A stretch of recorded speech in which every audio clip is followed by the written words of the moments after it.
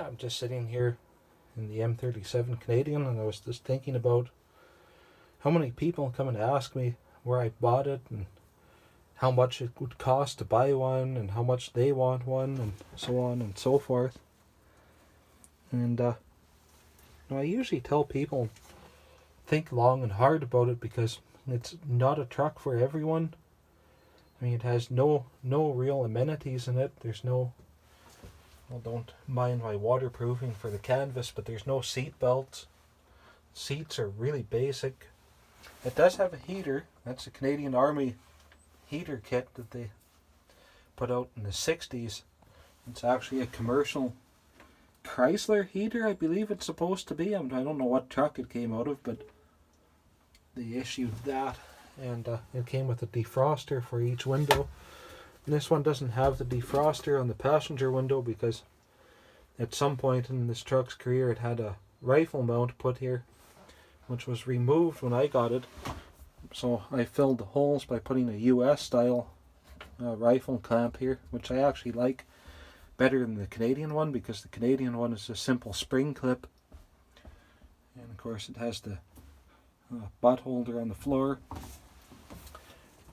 But it is really nice in the summertime. You can open the window up, which is a really nice feature I wish you had on modern vehicles. This one still has its original vacuum wipers, which there's absolutely nothing wrong with. You read on the internet that, oh yeah, they don't work at all and they're useless. But if you put ballastol in them once a year, work it into them, there's basically no issue with them. They run perfectly fine, whatever throttle you're at. This one has the double acting fuel pump, so it has a vacuum pump on one end of the fuel pump, and that supplements the vacuum when you're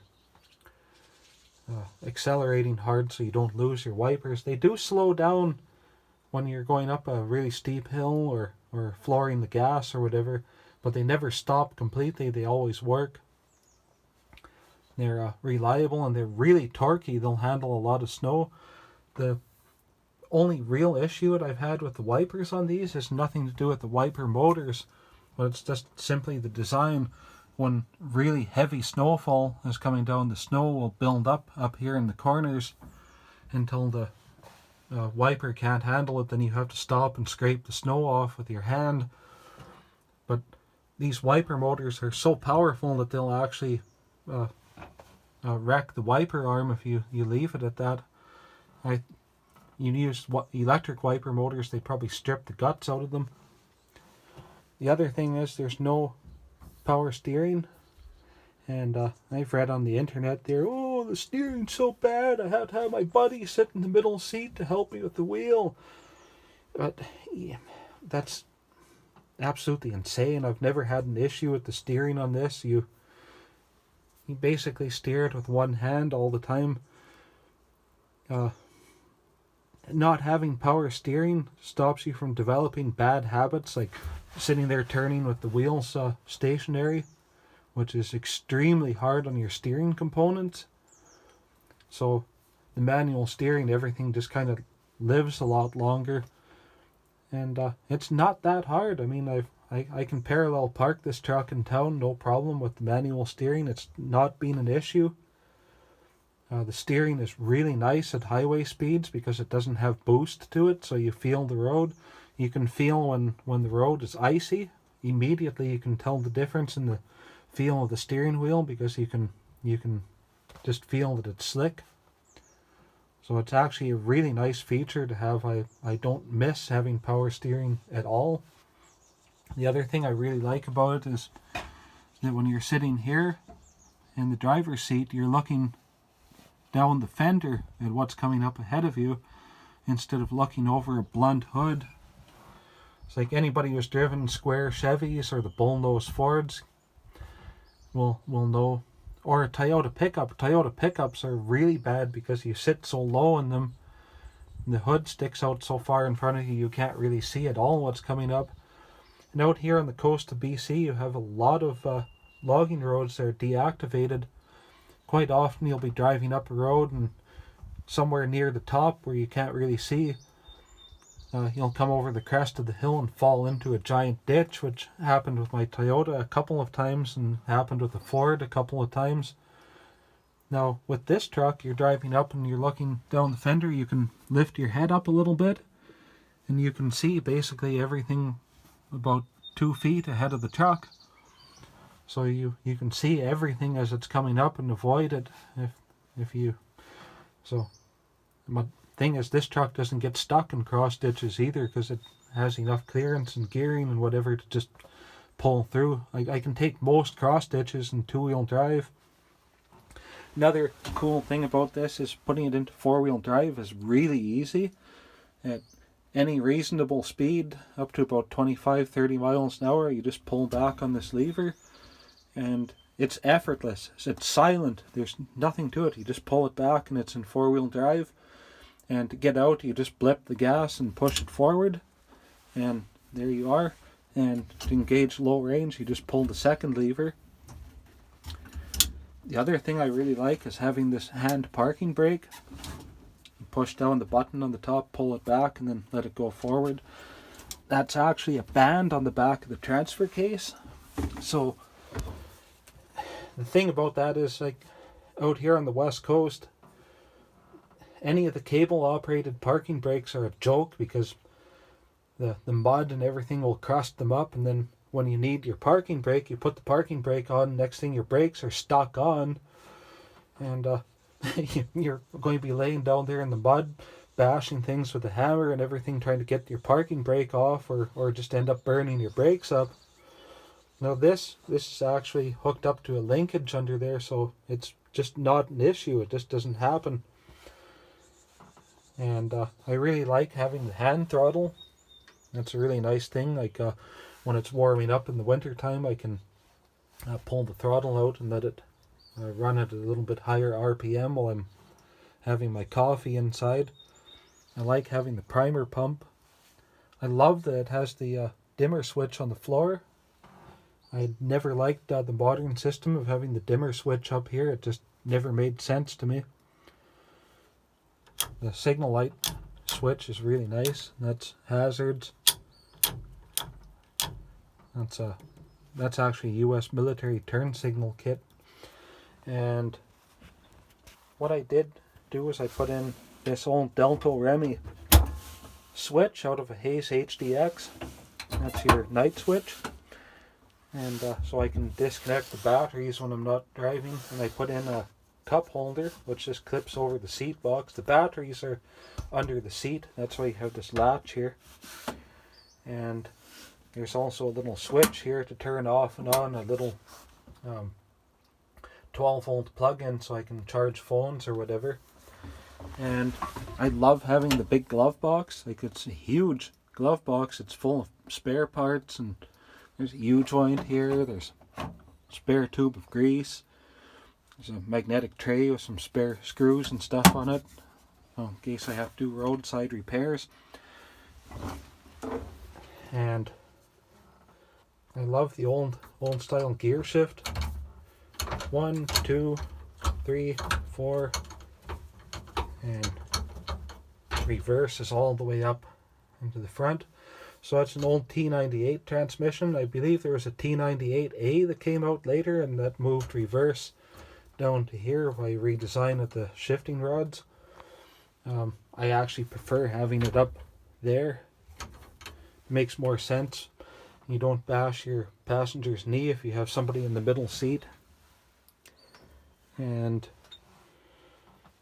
there's no seat belts in here. The driver's seat is extremely comfortable. I really like the seating position in it because you're sitting straight up and down. You're not sitting with your butt lower than your knees, and it's actually, I've suffered with back issues for the last 20 years, and this seat in this vehicle is the only one that doesn't aggravate my back.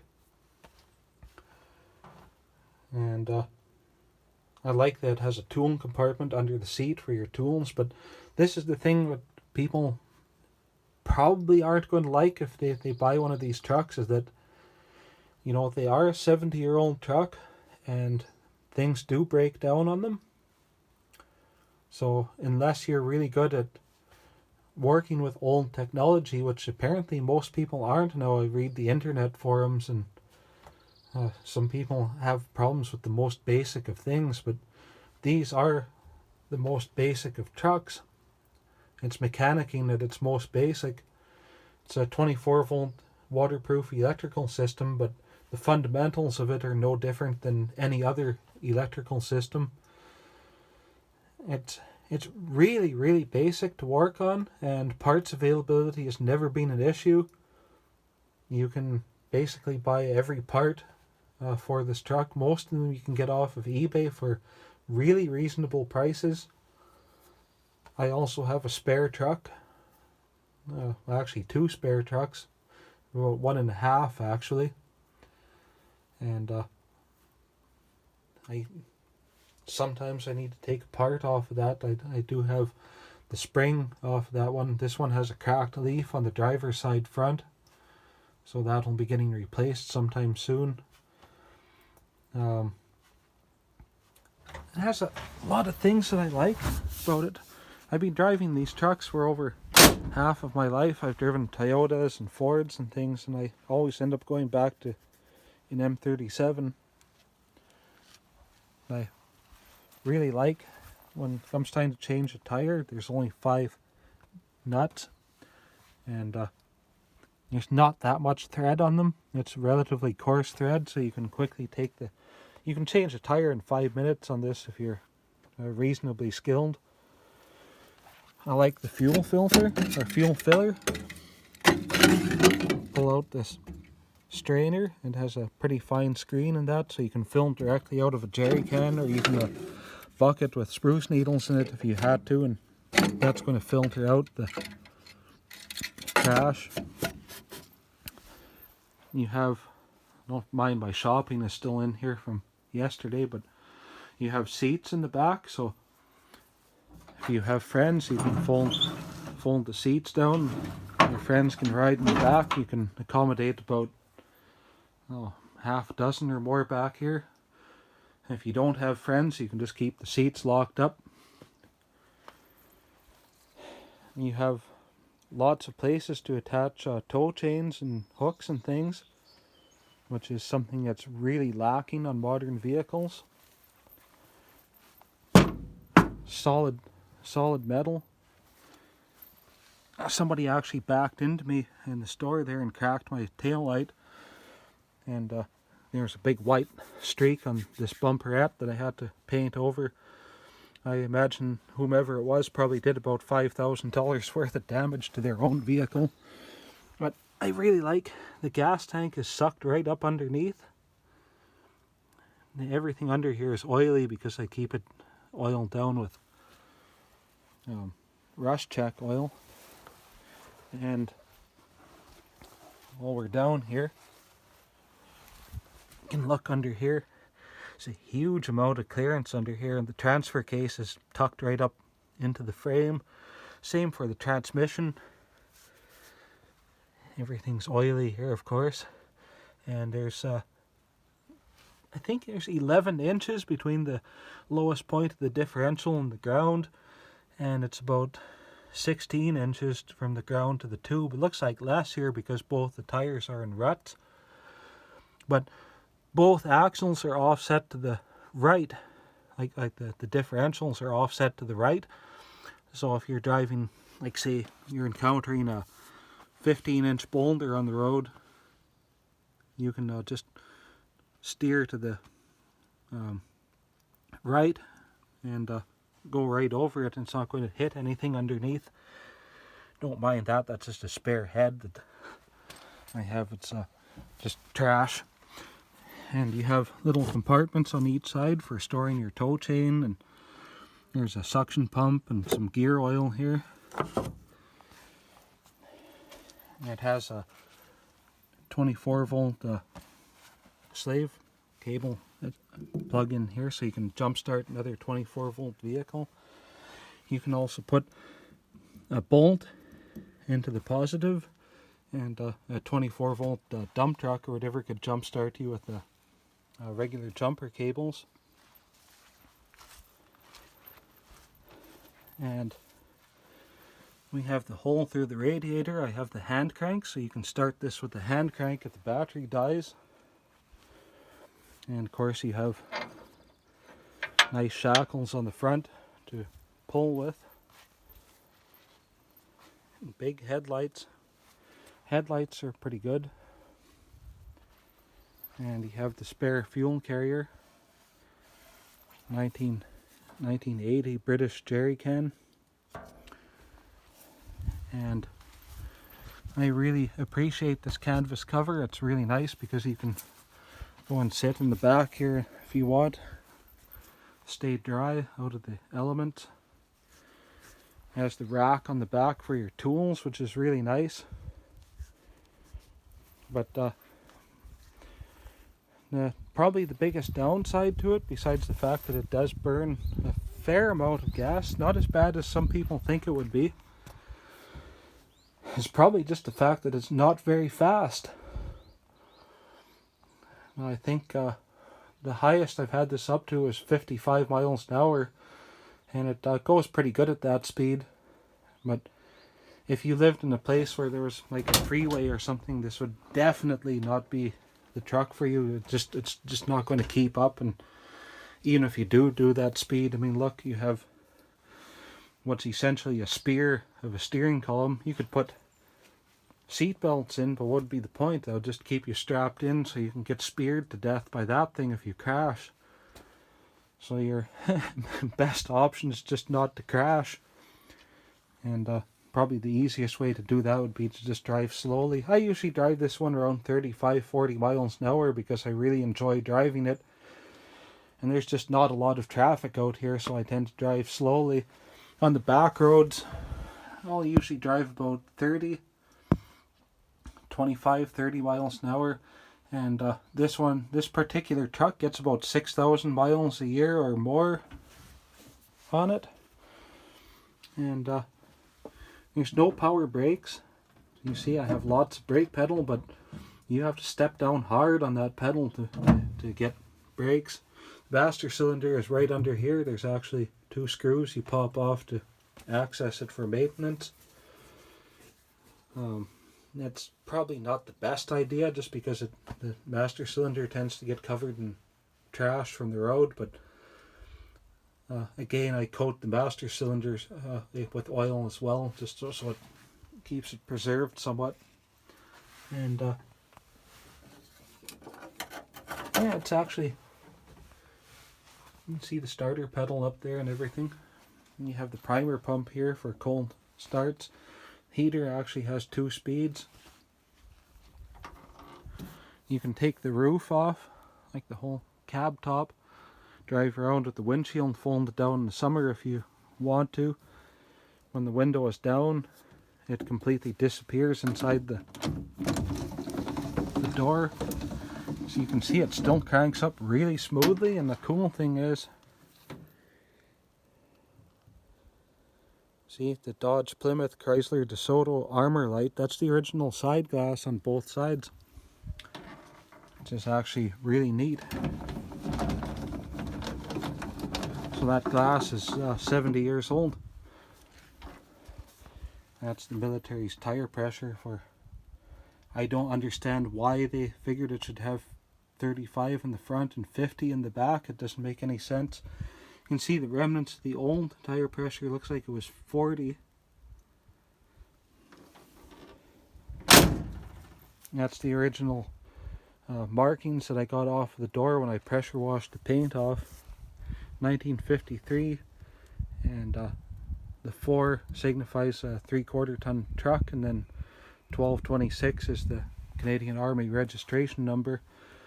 That was Canadian Army registration number until Trudeau the First's time, when everything got changed and it became a Canadian Forces registration number.